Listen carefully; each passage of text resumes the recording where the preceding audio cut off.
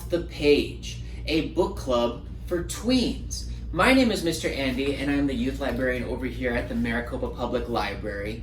And typically, when the library is fully functioning, we have this program called Off the Page, where we invite children ages 8 through 12 to come in and we pick out a particular book that we talk about, we read from, and then we do some creative activities along with it. So for this virtual version of Off the Page, we are going to be going through a book, just like I said before, but instead we're going to be going through the book 1 week at a time, choosing a selection of chapters, and we'll be also asking some trivia questions and following along the book together as a virtual group. So let me introduce the book for the month of August. This book is called Pie by Sarah Weeks. Sarah Weeks is an awesome author, if you've ever heard of her. She's got a couple of award-winning books. So if you enjoy this program with Pie, I do recommend that you pick up some of her other books that we have here in the library, and you can continue along some other fun-filled adventures with her writing. So let's go ahead and begin today with our questions that should be answered while we are going through our different chapter summaries. So let's start with our questions. Oh, and I didn't mention it before, I'm sorry about that. Today's episode of Off the Page, we are going to be going through chapters 1 through 3. And the fun part about at the end of each one of these chapters, there is actually a pie recipe that you can follow along and make your very own pie that goes along with the chapters in this book. I'll be sure to post those so that you can see them down in the comments section below, where you can make your own pies along with our book for this month. So, in Pie questions, these questions are for chapters 1 through 3. The first question is, Pie is located where? What city and what state? Number 2, what year did Pie, the shop, Pie, open? Number 3, what did Aunt Polly leave to Alice in her will when she died? Number 4, how many Blueberry Awards did Aunt Polly win? Number 5, what was Aunt Polly's favorite fabric print? So those are our questions for our chapters 1 through 3. See if you can answer them as we go through with our summaries.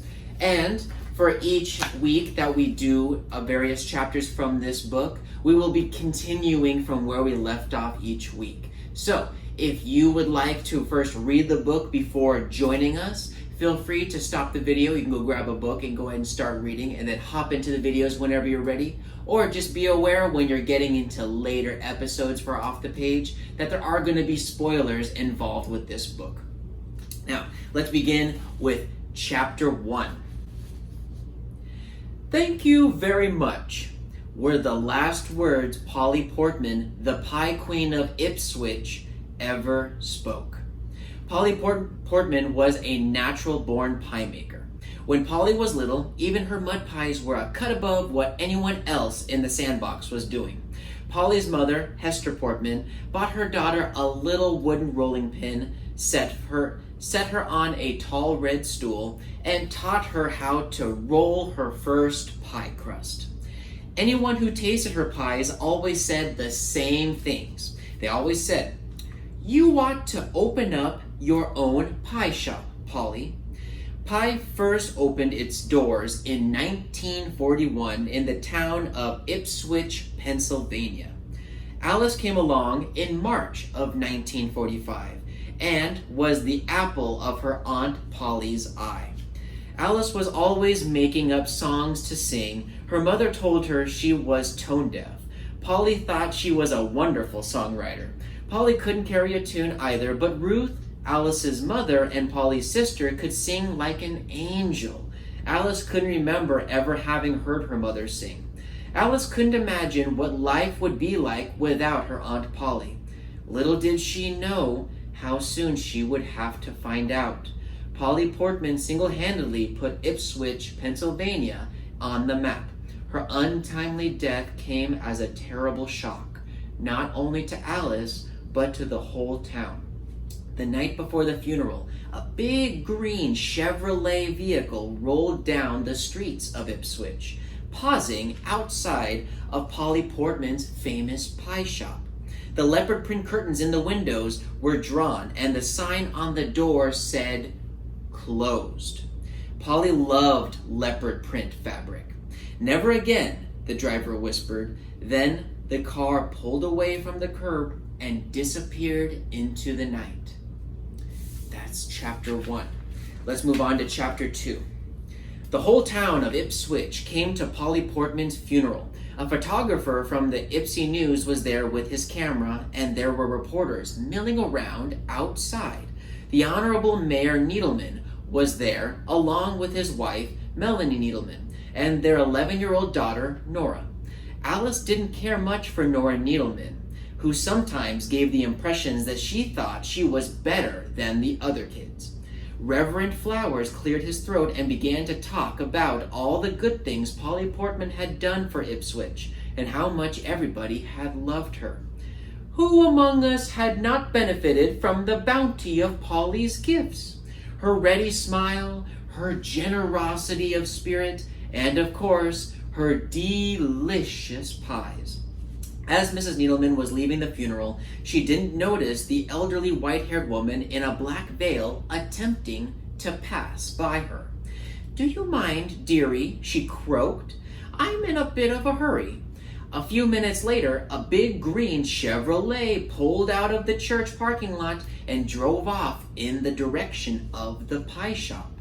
Alice noticed a tall woman in a voluminous black dress looming over her aunt's open casket.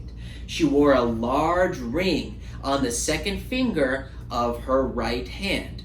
Even though Alice couldn't see her face, she knew who it was right away. Miss Girk, the principal of her school, always dressed that way, in clothes so loose you could have fit a second person inside and still had room to spare.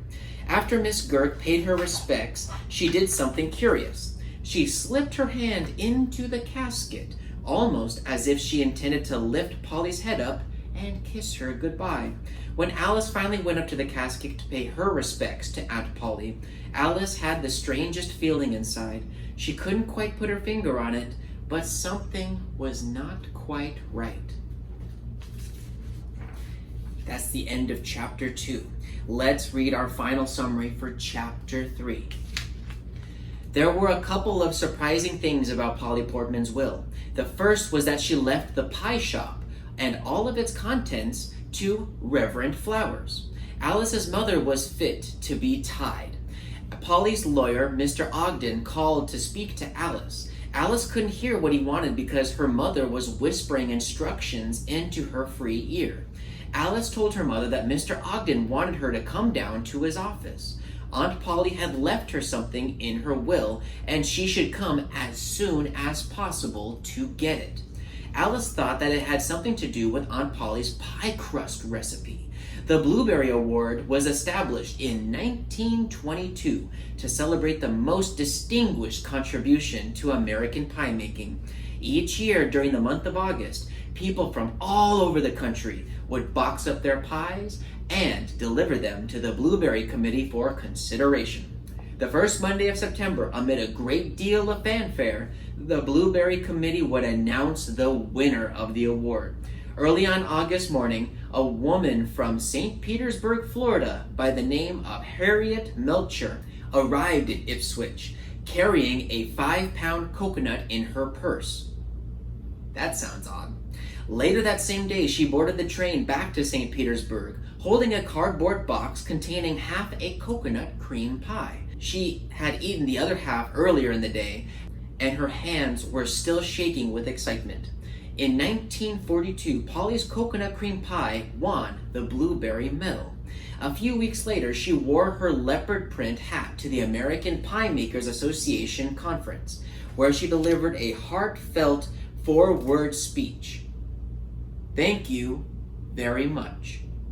By 1955, Polly had won 13 Blueberry medals, which she kept in a cardboard box under her bed. People would come to pie the shop, all over the country just for Polly's pie. Mr. Ogden didn't prepare Polly's will. He was to supervise the execution of it. Polly wrote it herself and signed it in front of 2 witnesses, Mr. Ogden's secretary, Miss Lebson, and a gentleman by the name of Hammerclocked. Polly Portman had left her secret pie recipe to her beloved cat, Lardo, and she left her beloved cat, Lardo, to Alice. So that summarizes our chapters 1 through 3. Let's go ahead and take a look at some of those pie recipes that come with our chapters. Here is the pie recipe for chapter 1, apple pie. So it has all the ingredients here on what you would need in order to make this pie, including a simple follow-along recipe and how to do it. To find this recipe, go ahead and look down below because we will include this picture in our comment section. And here is our second recipe for chapter 2, coconut cream pie. You can also find this down below in our comment section.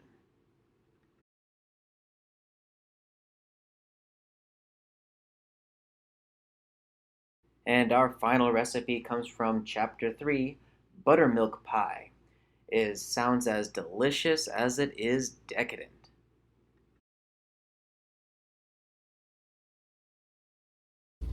Thank you very much for tuning in to our first video, our virtual video, for our new book, Pie by Sarah Weeks. We will continue along with the next set of chapters next week. We will answer the questions that we posed during this session of Off the Page, and we'll have new questions for next week, as well as some new pie recipes to share with all of you.